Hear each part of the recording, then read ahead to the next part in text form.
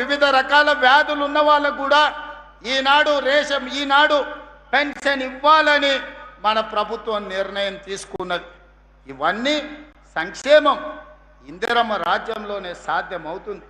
కాంగ్రెస్ ప్రభుత్వంలోనే ఇవన్నీ అమలు జరుగుతాయి. అందుకే మిత్రులారా, ఇందిరమ్మ రాజ్యం అంటేనే మహిళా ప్రభుత్వం. సోనియమ్మ నాయకత్వంలో, ప్రియాంక గాంధీ నేతృత్వంలో, ఇందిరాగాంధీ గారి ఆశీర్వాదంతో నిర్మలా జగ్గారెడ్డి గారు సంగారెడ్డిలో చేసే సేవ మహిళలకు మొదటి ప్రాధాన్యత ఉంటుంది. మా ప్రభుత్వంలో మహిళలకు గౌరవం ఉంటుంది, బాధ్యత ఉంటుంది. ఈరోజు పరిపాలనలో వాళ్ళ భాగస్వాములు అవుతారు. 5 ఏళ్ళు మంత్రి అయినోడు ఒక మహిళకు ఈరోజు మహిళల గురించి ఉద్ధరించే మాటలు మాట్లాడుతున్నాడు. ఒక్కసారి ఆలోచన చేసి ఇట్లా మాట్లాడేటోళ్ళకు ఒకటే మందు, రొట్టెలు చేసినప్పుడు సలాకి ఎర్రగాల్చి వాతలు పెడితే ఇట్లాంటి తప్పుడు మాటలు తక్కువ మాట్లాడతారు. అందుకే మిత్రులారా, మహిళల తర్వాత నిరుద్యోగ యువకులు, విద్యార్థులు ఈ రాష్ట్రాన్ని ముందుకు నడిపిస్తున్నారు. ప్రభుత్వ ఉద్యోగాలలో ఆనాడు తెలంగాణ ఉద్యమమే ఉద్యోగాల కోసం. మరి ఆ ఉద్యోగాలు ఇవ్వకుండా ఇంటి నిండా వాళ్ళు ఉద్యోగాలు తీసుకున్నారు. ఆయన ముఖ్యమంత్రి అయిండు, అల్లుడు మంత్రి అయిండు, కొడుకు మంత్రి అయిండు, బిడ్డ ఎంపైంది, సటకుని కొడుకు ఎంపైండు, చుట్టాలోళ్ళు బొచ్చడు మంత్రులైన కోట్ల రూపాయలు 100 కోట్లు సంపాదించుకోరు. మన పిల్లలకు మాత్రం నౌకరు ఇయ్యలే. బిడ్డను ఓడిస్తే మళ్ళీ ఇచ్చిండు, చుట్టాన్ని ఓడిస్తే మళ్ళీ ఇచ్చిండు. మనకు మాత్రం నోటిఫికేషన్లు ఇచ్చిండు, ప్రశ్న పత్రాలు అమ్ముకున్నాడు. పిల్లలకు మాత్రం నౌకర్లు ఇయ్యలే.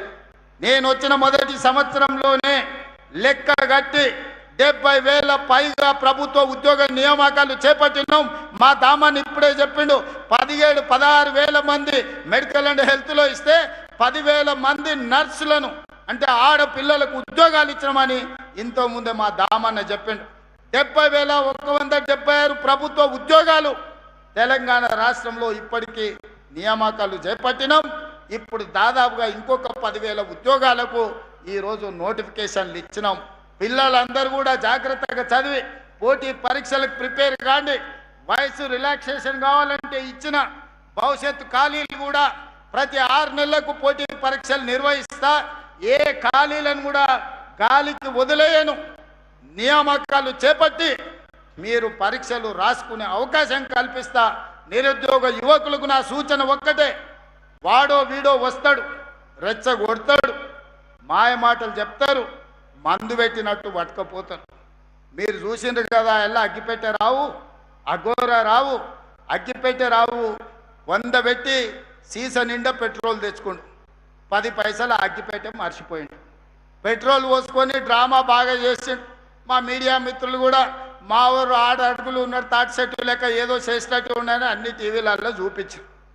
పిల్లలు చూసి ఆవేశానికి లోనయ్యి శ్రీకాంతాచారితో మొదలు పెడితే కానిస్టేబుల్ కిష్టయ్య, ఈశాన్ రెడ్డి, వేణుగోపాల్ రెడ్డి, సురేష్ నాయక్ ఇట్లా చెప్పుకుంటూ పోతే 1,200 మంది పిల్లలు ఆత్మ బలిదానాలు చేసుకున్నారు. నిత్య నిలువున్న తన తనువులను కాల్చుకొని తెలంగాణ రాష్ట్రాన్ని సాధించారు. మరి 100 రూపాయల పెట్రోల్ తెచ్చుకున్న చుట్టాలలో ఎవడన్నా అగ్గిపుల్లతోనన్నా చిన్న కాల్చుకున్నాడా? రెచ్చగొట్టి ప్రజల ప్రాణాలు తీసుకోవడంలో నెంబర్ 1. అందుకే ఈనాడు మళ్ళా పిల్లల్ని రెచ్చగొట్టాలి. కోల్పోయిన అధికారాన్ని సాధించుకోవాలంటే పిల్లల్ని రెచ్చగొట్టాలి. వాళ్ళు శవాలుగా మారాలి. ఆ శవాలనే పునాదులుగా చేసుకొని అధికారంలోకి రావాలని కుట్రలు చేస్తున్నారు, పెట్టుబడులు పెడుతున్నారు. నేను మీ అన్నగా చెప్తున్నా, రేవంత్ అన్నగా మీకు మాట ఇస్తున్నా, మాట ఇస్తే మట్టిలో కలిసే వరకు మాట కోసం నిలబడే నాయకుడు ఎవరైనా ఉన్నారంటే ఇందిరాగాంధీ, సోనియా గాంధీ, రాహుల్ గాంధీ వాళ్ళ నాయకత్వంలో నేను, జగన్న, ఉత్తమన్న, మహేష్ గౌడ్ గారు కలిసి పనిచేస్తున్నాం. మీకు ఉద్యోగాలు ఇచ్చే బాధ్యత మాది, మిమ్మల్ని ఆదుకునే బాధ్యత మాది. దుర్మార్గులు, కుట్రదారులు మీ దగ్గరకు వస్తారు, ఉన్నవి లేనివి చెప్తారు. వాళ్ళ మాయలో పడకండి. వాళ్ళు మాయగాళ్ళు, మాయ లేడీ లాంటి వాళ్ళు. మనల్ని మభ్యపెట్టి మన ప్రాణాలను అధికారం కోసం వాడుకోవాలని చూస్తున్నారు. మీరు పోటీ పరీక్షలకు ప్రిపేర్ అవ్వండి. అన్ని పరీక్షలు నిర్వహించే బాధ్యత నాది. ఫీజు రియంబర్స్మెంట్ గురించి మాట్లాడుతున్నారు. 8,000 కోట్ల రూపాయలు అప్పులు పెట్టి ఫీజు రియంబర్స్మెంటు, ప్రభుత్వ ఖజానా మీద 8,11,000 కోట్ల రూపాయల అప్పులను మోపి తెలంగాణ రాష్ట్రాన్ని దివాలా తీపిచ్చి దివాలా తీసిన ప్రభుత్వాన్ని విధ్వంసమైన తెలంగాణను మాకు అప్పచెప్తే విధ్వంసం నుంచి వికాసం వైపు నడిపించడానికి 8,11,000 కోట్ల రూపాయలు మీరు చేసిన అప్పులకు తప్పులకు మిద్దీలు ప్రతి సంవత్సరం 75,000 కోట్ల రూపాయలు ఇవాళ నేను కడుతున్నా. ఈ లెక్క నేను చెప్పింది కాదు, క్యాగ్ నివేదికలు చెప్తున్నాయి. పాత్రికేయ మిత్రులారా, 3 లక్షల కోట్ల రూపాయలు 32 నెలల్లో వాళ్ళు చేసిన అప్పులకు కట్టాల్సిన పరిస్థితి వచ్చింది. సంవత్సరానికి 75,000 కోట్ల రూపాయలు అన్నం తిన్నా తినకపోయినా నిద్రపోయినా పోకపోయినా సంవత్సరానికి కేసీఆర్ గారు చేసిన అప్పులకు తప్పులకు 75,000 కోట్ల రూపాయలు కట్టుకుంటూ వస్తున్నా. నాడు మొంగిపోయినా అప్పిచ్చినోడు ఊరుకోడు, నిలబెట్టి వసూలు చేస్తాడు. అవి కట్టుకుంటూనే ఆర్థిక సంక్షోభాన్ని ఎదుర్కొంటూనే అప్పుల ఊబిలో నుంచి బయటకు వస్తూ తెలంగాణ రాష్ట్రాన్ని అభివృద్ధి పదం వైపు నడిపించే ప్రయత్నం చేస్తున్నాం. సంక్షోభంలో ఉన్న సంక్షేమాన్ని ఈరోజు సంక్షేమం వైపు సంక్షోభంలో నుంచి బయటికి తెచ్చి సంక్షేమ పథకాలను ఈరోజు అమలు చేసి విధ్వంసమైన తెలంగాణను వికాసం వైపు నడిపించడానికి నిరంతరం ప్రయత్నం చేస్తున్నాం. ఓ పూట ఆలస్యం కావచ్చు కానీ మీ హక్కును ఏది కాదనం, మీ అవకాశాలను ఏది తొలగించం. మీకు కావలసిన మంచి పరిపాలన అందించే బాధ్యత ఈరోజు తెలంగాణ రాష్ట్ర ప్రభుత్వం తీసుకుంటుంది. అందుకే మిత్రులారా, ఈనాడు ఆలోచన చేయండి. 10 సంవత్సరాల బీఆర్ఎస్ పాలన, 12 సంవత్సరాల బీజేపీ పాలన, 2 సంవత్సరాల మా పరిపాలనను అంచనా వేయండి. మేమిచ్చిన ఉద్యోగాలు చూడండి, మేము అమలు చేసిన రైతు సంక్షేమాన్ని చూడండి, మేము అమలు చేస్తున్న ఆడబిడ్డల సంక్షేమాన్ని మీరు ఆలోచన చెయ్యండి. ఈరోజు 30 సంవత్సరాలు అపరిష్కృతంగా ఉన్న ఎస్సీ కేటగరైజేషన్ సాధించింది మొత్తం దేశంలోనే తెలంగాణ మొదటి రాష్ట్రం. 100 సంవత్సరాల క్రితం నుంచి బలహీన వర్గాల లెక్కలు లేవు. దేశంలో కోళ్లకు, కుక్కలకు, పందులకు, మేకలకు కనిపించిన దానికల్లా లెక్క ఉంది. మా బలహీన వర్గాల సోదరులను లెక్క కట్టాలని ఎవ్వరికి కనికరం రాలే.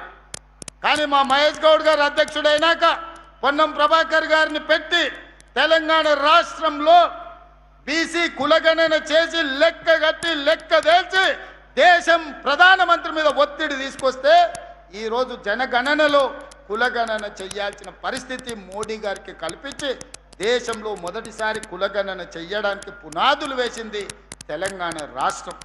అందుకే రైతుల సంక్షేమమైన, ఆడబిడ్డల అభివృద్ధి అయినా, నిరుద్యోగ విద్యార్థుల ఉద్యోగ ఉపాధి అవకాశాలైనా, సామాజిక సమస్యలకు పరిష్కారమైన ఈనాడు మన ప్రభుత్వంలోనే మనమే సాధించుకున్నాం.